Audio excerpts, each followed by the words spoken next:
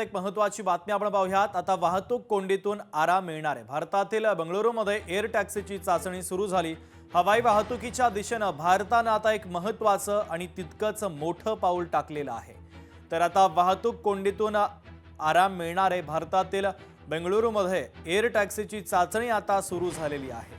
हवाई वाहतुकीच्या दृष्टिकोनातून एक महत्त्वाचं पाऊल भारताने टाकलेलं आहे।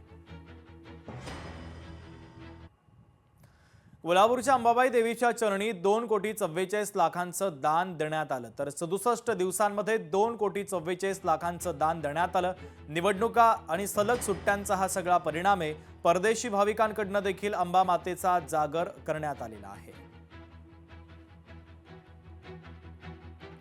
चंद्रपूरमधील किडनी विक्री प्रकरणी एजंट डॉक्टर कृष्णाला सोलापुरातून अटक करण्यात आली। विशेष तपास पथकाला मोठं यश आलेलं आहे।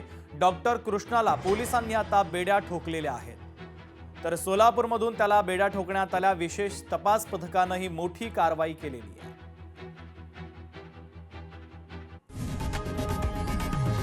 लोकशाही मराठी ऐका, पहा, जागरूक रहा।